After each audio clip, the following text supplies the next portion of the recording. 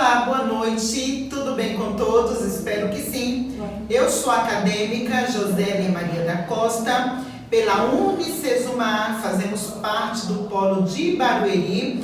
Estamos aqui para desenvolver o nosso seminário de políticas públicas, que tem como tema a atuação do assistente social no CRAS. Estamos aqui em uma equipe, em um grupo, com a aluna Cleusa Nogueira, Ana Paula Sacerdote e Rosângela Oliveira. E temos também nesta noite uma convidada mega especial que está nos ajudando, está nos dando um norte, está trazendo diretrizes para nossas vidas. A nossa convidada é muito especial, ela é assistente social formada, atuante no CRAS e é coordenadora da cidade de Jandira, aqui em São Paulo. A nossa convidada especial é a Rosana Silveira Soares. Tudo bem, Rosana? Desde já queremos agradecer a você ter atendido esse convite de participar conosco desse seminário. Muito obrigada. Você pode estar se apresentando para os nossos mestres, nossos professores que estão acompanhando a nossa live. Boa noite, professores. Boa noite a todos aqui. Para mim é uma honra, participar dessa live. Elas me convidaram para estar nesse momento e eu aceitei com muito carinho. E vamos aqui, vamos conversar, bater um papo aqui sobre o que é a proteção social. Muito bem.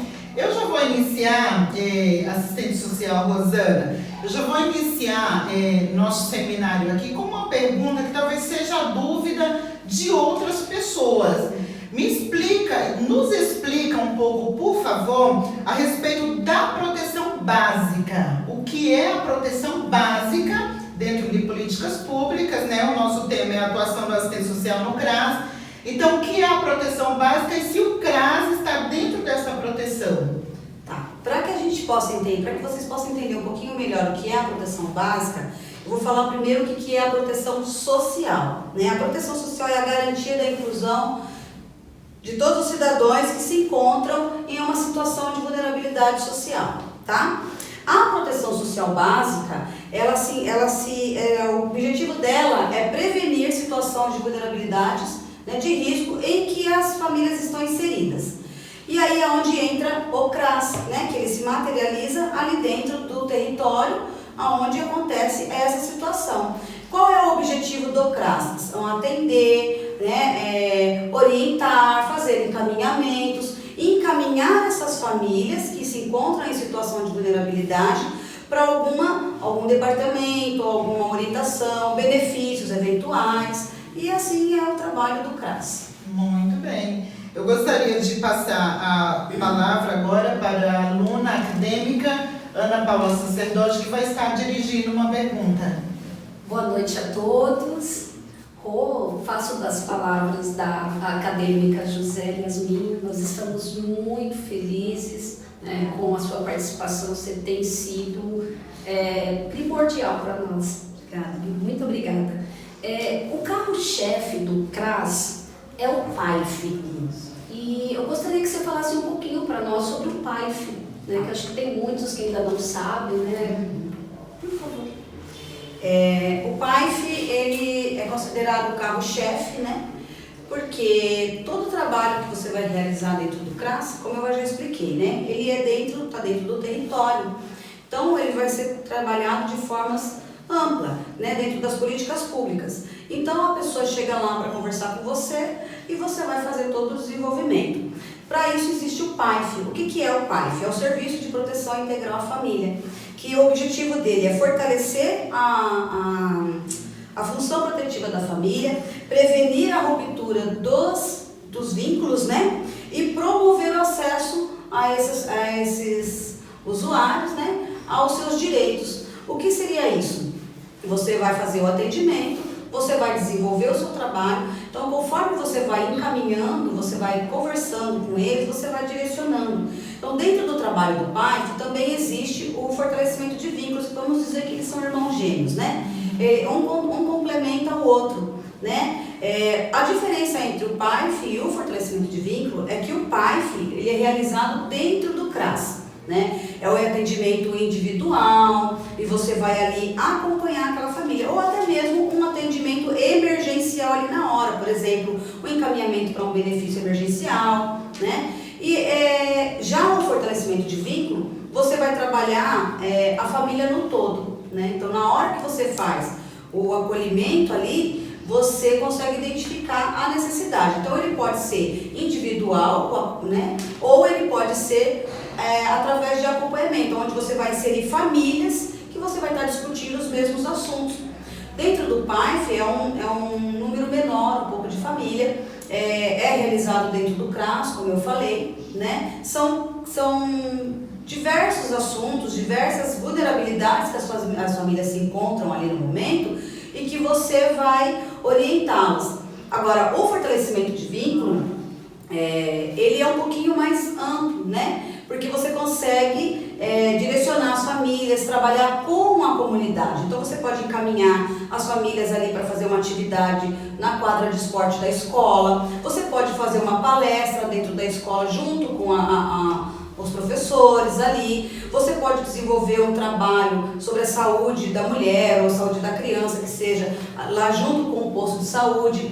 Não tem a necessidade de você desenvolver esse trabalho dentro do CRAS. Então, por exemplo, você tem uma família e que a mãe chegou solicitando um benefício de prestação continuada para a mãe, né, ou para o pai dela, que é idoso, e você vai orientar, e ali na hora do acolhimento social, na hora que você está desenvolvendo a entrevista social, que você está levantando ali as situações, as informações socioeconômicas, você vai perceber no decorrer ali do atendimento quais são os encaminhamentos que você vai fazer. Se vai para uma outra política pública ou se você vai fazer um atendimento, que é o que eu falei, o individual, emergencial ou diretamente, foi só uma orientação e você vai orientar e a pessoa vai sair orientada. No caso do fortalecimento de vínculo, essa pessoa você vai começar a acompanhar a família. Então você vai fazer relatório social, você vai fazer visita domiciliar, você vai verificar a situação, você vai encaminhar para a saúde, para a educação, para onde for necessário. E aí você vai desenvolvendo esse trabalho junto com toda a equipe também multidisciplinar ali dentro do CRAS. Né? Então você vai ali dentro do CRAS, nós temos pedagoga, tem psicólogo, né? E ali você vai direcionando qual é a parte que para onde você vai encaminhar essa família, qual o desenvolvimento você vai fazer. Muito bem. A nossa acadêmica Cleusa Nogueira gostaria de fazer alguma pergunta para a nossa convidada? Com certeza. Boa noite. Tudo bem, Rosane? É um prazer ter você aqui com nós. A gente fica muito honroso de ter a sua presença com nós. Obrigada. E eu queria uma orientação sua. Quando é que o CRAS encaminha o usuário para o CRES? Tá, muito legal essa pergunta. As pessoas não sabem diferenciar um pouco, né? Quando acontece algo na família, né? Uma situação de vulnerabilidade, um rompimento de vínculo ali, e aí eles ficam um pouco perdidos e eles não sabem qual o direcionamento. Então, por isso até chama, né, um dos motivos que chama a porta de entrada, que é o CRAS. Então, todas as informações relacionadas a INSS, violência doméstica, eles vão sempre no CRAS. E aí o CRAS, ele faz todo o acolhimento, faz o atendimento social e quando consegue perceber ali a dificuldade, a situação de violência, nós encaminhamos para o CREAS, que é o Centro de Referência Especializado da Assistência Social. E ali no CREAS eles vão desenvolver todo o trabalho, encaminhar, e se for necessário, até a retirada da pessoa que está ali passando por essa situação, né, de violência, para que vá para um outro local. Então, tudo isso é o CREAS que vai fazer de forma muito sigilosa. Entendeu? Muito bem. Muito obrigada. Rosângela Oliveira. Boa noite. Boa noite. Eu gostaria que você explicasse qual é o perfil do usuário que utiliza o CRAS. É muito interessante também. Na verdade, todas as perguntas são super legais, né? Verdade. Eu gosto muito dessas perguntas porque elas são simples e esclarecem todas as dúvidas de todos, né? Sim. É muito importante você saber que no CRAS, todos os que estão inseridos no território, eles são os usuários do CRAS, independentemente de classe social, né? Você pode ter ali um atendimento de uma pessoa que ela está numa situação de vulnerabilidade social, vamos dizer assim, econômica, né? De evasão escolar ou até mesmo uma violência. A pessoa tem um nível, né, de estudo não tem um nível de estudo, tem toda essa situação. No caso, de repente pode chegar uma pessoa lá no CRAS e pedir para falar com a assistente social e ela mora num residencial de alto luxo e aí ela se encontra numa vulnerabilidade naquele momento. Não necessariamente é econômica, mas sim é um rompimento de vínculos familiares, né, uma falta de orientação dos seus direitos, né? Então isso também faz parte. Então todos que estão inseridos no território do CRAS, eles são os usuários do CRAS. Rosana, é bom esclarecer porque muitas pessoas pensam que o CRAS é só para pessoas, cidadãos de baixa renda. Mas como você colocou muito bem, a questão de pessoas que muitas vezes o problema dela, a situação dela não é econômica. Exatamente. Às vezes é uma violência doméstica. Nós temos percebido no Brasil que tem crescido assustadoramente o número de feminicídios. Sim. Né? A violência doméstica e principalmente no tempo que nós estamos vivendo de confinamento. Cresceu assustadoramente a violência doméstica contra a mulher. Também tem crescido muito o abuso infantil. Sim. E como que você enxerga, você como assistente social, como você enxerga, como que tem sido no CRAS essas situações? Tem chegado até você?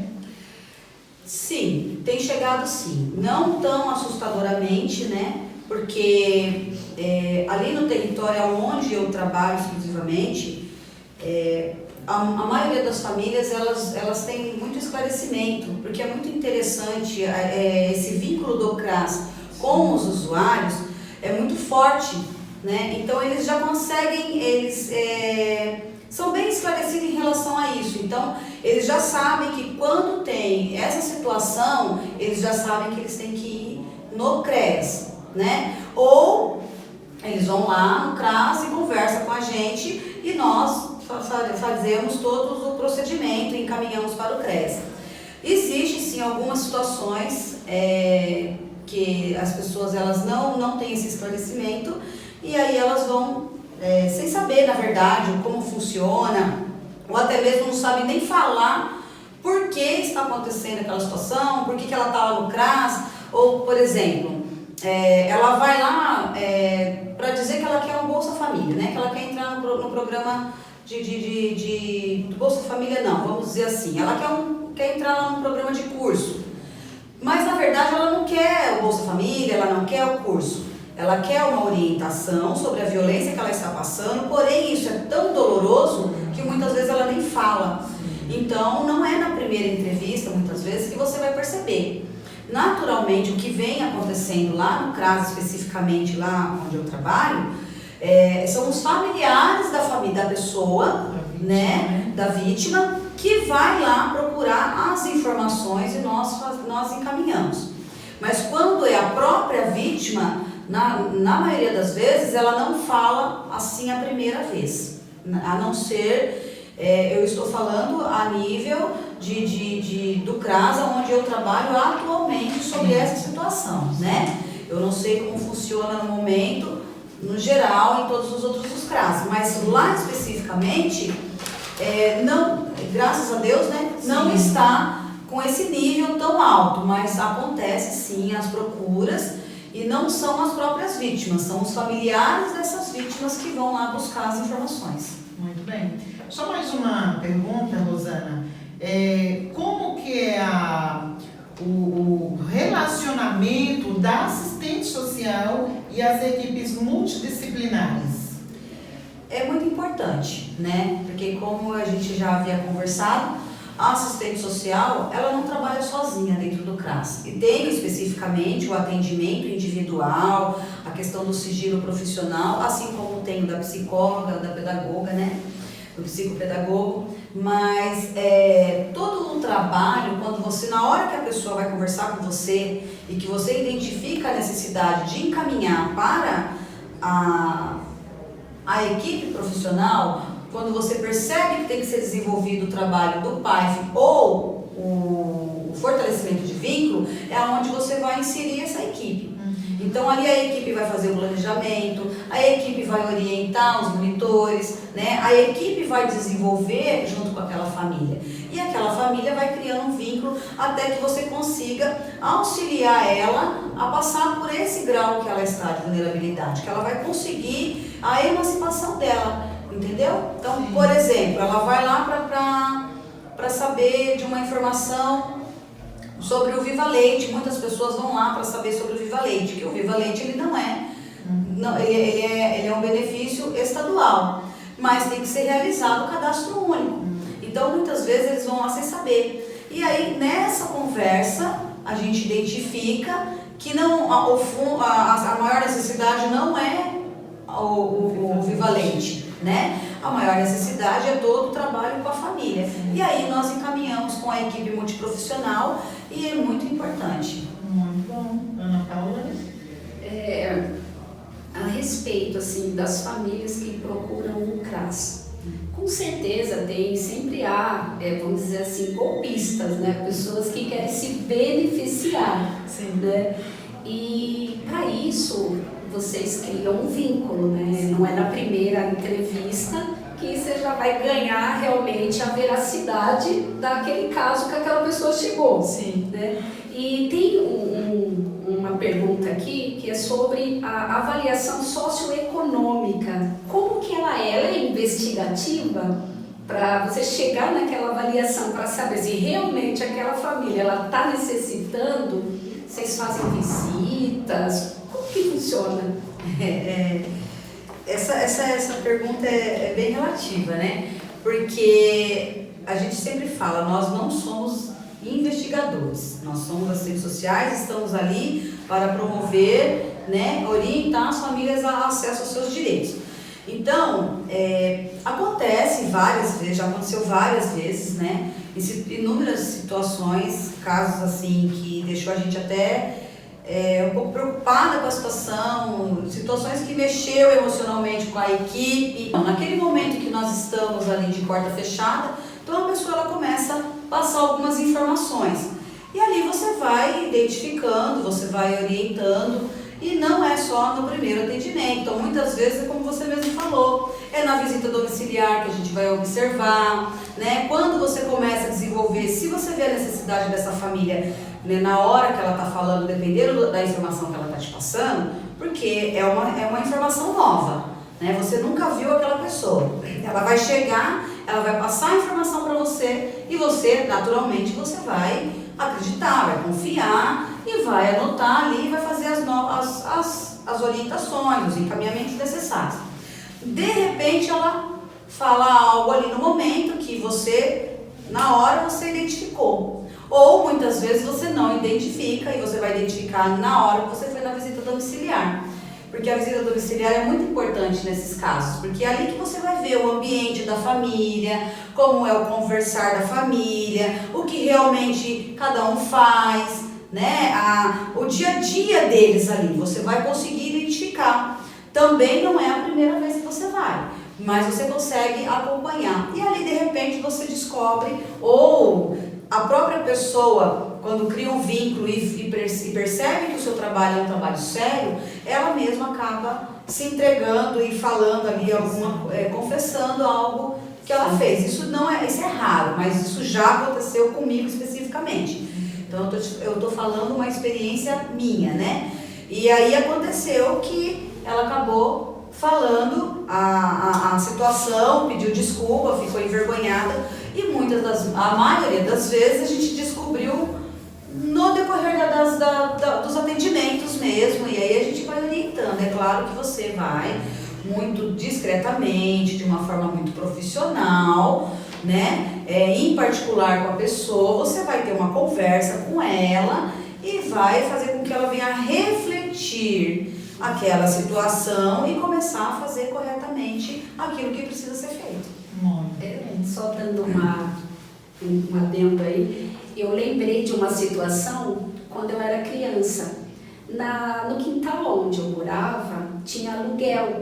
Os meus avós, eles eram proprietários e alugavam casa. E uma vez veio um assistente social visitar um dos inquilinos. E eu lembro que tinha duas inquilinas. Uma que era mais abastada, que tinha uma casinha mais ou menos, tinha bastante eletrodoméstico, e a outra que era mais simples. E na hora que a assistente social veio visitar a mais abastada, que pediu, acho que um auxílio, ela chegou na outra amiga dela e falou: me empresta a tua casa, porque a assistente social vai estar vindo visitar. Verdade. Eu criança ganhando ali. E quando a assistente social chegou, realmente ela não foi na casa dela, ela levou na outra. Por isso que é interessante o vínculo, né? Sim. Você conhecer a pessoa, porque conhecendo, falando, a pessoa pode cair em si. Sim. E naquele dia eu vi que a mulher, ela enganou a assistente social. E Ana Paula, perceber também, como a nossa assistente social falou, que às vezes em uma visita só, você não vai perceber a situação. Exatamente. Né? Então, às vezes é necessário mais de uma visita, né, à família. Sim, às vezes é necessário mais de uma visita, mais vezes um acompanhamento individual, né? E aí é onde entra a pergunta de vocês da equipe multiprofissional. Sim. Que é onde toda a equipe está fazendo um desenvolvimento, um trabalho com a família. Então, muitas vezes a informação, a mãe não passou essa informação, o irmão não passou, mas a criança, inocentemente, acaba falando algo que aconteceu ali dentro, que de repente era a luz do túnel, era o que precisava para que eu entenda o que realmente acontece ali dentro. Sim. E ali você consegue desenvolver o trabalho. Muito obrigada. Então, em uma aula que nós tivemos, a professora falou que teve um caso de um adolescente que houve a necessidade de ter dois relatórios de dois assistentes sociais, dois profissionais de assistente social, porque o primeiro que foi, ele deu um aval. Aí o segundo que foi já deu um outro.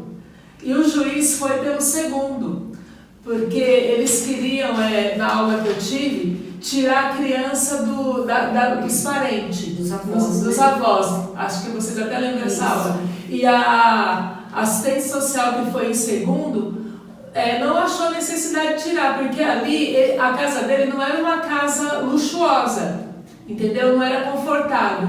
Só que o amor fraterno dos avós era muito grande pelo aluno. E ele participava de programas sociais, ia para a escola, fazia curso, estava trabalhando até de jovem aprendiz. Então o juiz foi pelo segundo relatório, que o primeiro eles iam tirar ele do conforto dele, do lar dele. Era um lar simples, só que ali ele tinha amor, que era o principal, né?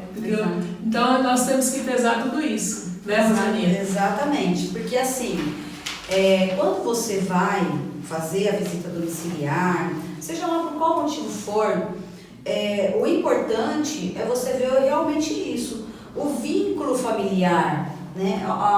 Às vezes a situação econômica pesa em algumas situações, pode até pesar, porque às vezes a situação dos avós, por exemplo, com certeza eles não tinham condições de dar um luxo, comprar uma roupa melhor, um alimento melhor, mas o mais importante que a criança precisava ele tinha, né? Que era o amor, o respeito, educação, estudava. Então assim, tudo aquilo que está dentro da lei orgânica da assistência social e dentro do ECA estava sendo feito, né? Porque lá no ECA está falando que dever não só da família, né? E sim do Estado, né? E do município, cuidar do bem-estar da criança. Então, eles estavam fazendo isso, eles estavam fazendo exatamente aquilo que era para ser feito, cumprindo a lei e garantindo os direitos do neto dele. Então, quando acontece de você ter uma equipe que você está trabalhando, seja mais de uma assistente social, uma psicóloga, uma pedagoga, um médico, um advogado, não importa importa quem seja ali no momento, mas cada um, mesmo, vamos supor, todas nós aqui somos assistentes sociais, vamos supor que vocês já são formadas e nós estamos num momento de discussão social, falando sobre uma família, vamos dizer que seja essa. E aí, de repente, cada um vai ter um parecer, vai ter uma visão.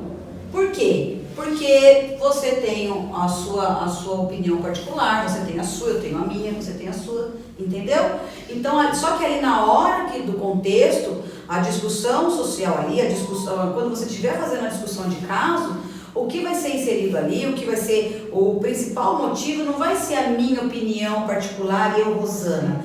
É aquilo que a equipe percebeu diante do que está vivendo aquela família.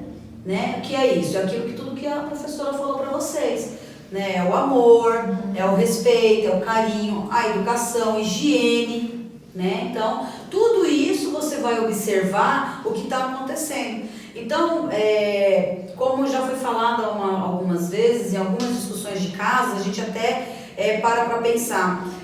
Geralmente o próprio juiz ou até mesmo nós, a gente tenta esgotar todas as possibilidades com aquela família. Então, se a criança ela não está, por algum motivo, não está sendo, como é que eu posso explicar?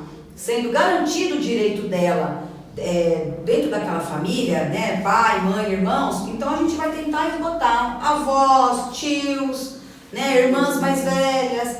Quem é da família que pode estar contribuindo com aquela criança? Agora, quando não existe nenhum vínculo, ou rompeu todos os vínculos e infelizmente nenhuma das famílias elas querem ou não tem condições, nem psicológica, nem financeira, ou por qualquer outro motivo que elas não vão ficar com aquela criança, aí sim, retira do convívio familiar para colocar em um abrigo, né? E muitas vezes nós falamos assim, e quando acontece dessa situação acontecer, quando acontece vamos dizer assim, essa retirada, né? Esse rompimento de vínculo da criança, mesmo com o espaço físico onde ela está morando, para ela é muito mais doloroso até do que com os pais, porque devidamente à situação, vamos supor, a situação vamos supor que seja lá pais que são usuários de droga, ou que não seja usuário de droga, mas tenha algum outro vício, né? Vamos supor de bebida alcoólica, que tenha um índice de violência muito grande, físico, psicológico, tanto com a mãe como com as crianças, e todo ao redor da família, e várias situações, falta de higiene, falta de situação econômica mesmo, um lugar ruim para a criança viver. Então, quando tira desse convívio, quem vai sofrer as consequências no momento é a criança. Porque por mais difícil que seja, quando você tira a criança do convívio, por mais difícil que seja, você consegue identificar. Oi, Rosana, eu queria que você explicasse pra gente, assim, nos orientasse sobre o que é uma escuta qualificada. Tá, a escuta qualificada, eu considero a partir do momento que a pessoa entra para dentro do CRAS, né? Ela começa ali a partir do acolhimento, né? O que é isso? É ali quando ela vai falar com o recepcionista, né? E a pessoa ela vai ouvir claramente, dar uma atenção, ser educado, né? E vai encaminhar para a assistente social. E ali no momento que você está com ela, olho no olho ali, ela vai estar passando várias situações para você. Situações que mexem muito com ela emocionalmente, que vai doer muito, então muitas vezes a pessoa chora, a pessoa passa mal ali na sua frente. Então você tem que demonstrar que você está sentindo o que ela está sentindo. Você vai se colocar no lugar do outro, né? Você vai ouvir com responsabilidade, com carinho, com educação. Você vai demonstrar que você está dando aquela atenção especial à situação que ela está te apresentando, à história de vida que ela está te apresentando. Isso é uma escuta qualificada. Muito bem, Rosângela. Nós aprendemos que o CRAS é a porta de entrada das políticas públicas, né? Sim. Eu gostaria que você explicasse um pouquinho para nós. Tá. Como eu já tinha explicado, a proteção social básica, o CRAS ele é inserido, né, vamos dizer assim, ele é materializado ali dentro do território, né, que é o Centro de Referência da Assistência Social. e é onde todas as pessoas entram ali para se informar de alguma coisa.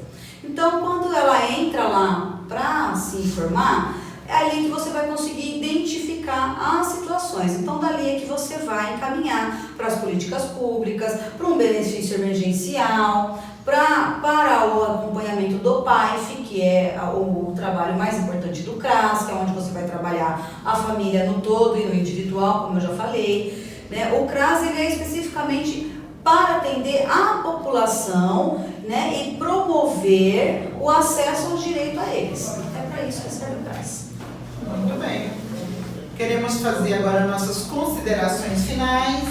Quero passar a oportunidade, se alguma acadêmica quiser, está fazendo os agradecimentos. Olha, estou muito emocionada. Né? E como eu falo para você sempre, quando eu crescer eu quero ser que nem você.